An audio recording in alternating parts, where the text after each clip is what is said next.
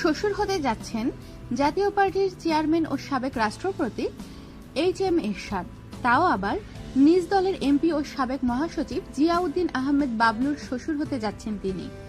আসছে 21শে এপ্রিল এরশাদের ভাগ্নি মেহজাবুন্নেসা রহমান টুম্পার সঙ্গে বিবাহ বন্ধনে আবদ্ধ হতে যাচ্ছেন বাবলু।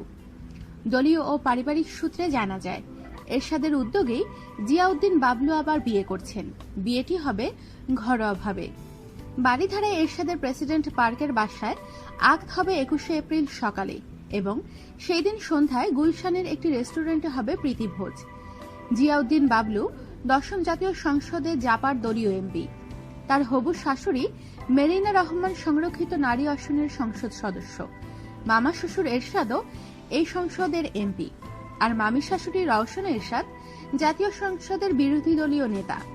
এ ব্যাপারে দলের এক নেতা জানান, যা কিছু রটে কিছু তো বটেই। জিয়াউদ্দিন বাবলুর স্ত্রী ফরিদা সরকার ক্যান্সারে আক্রান্ত হয়ে 2005 সালে মারা যান। ফরিদা নর্থ সাউথ ইউনিভার্সিটির ইংরেজি বিভাগের অধ্যাপক ছিলেন।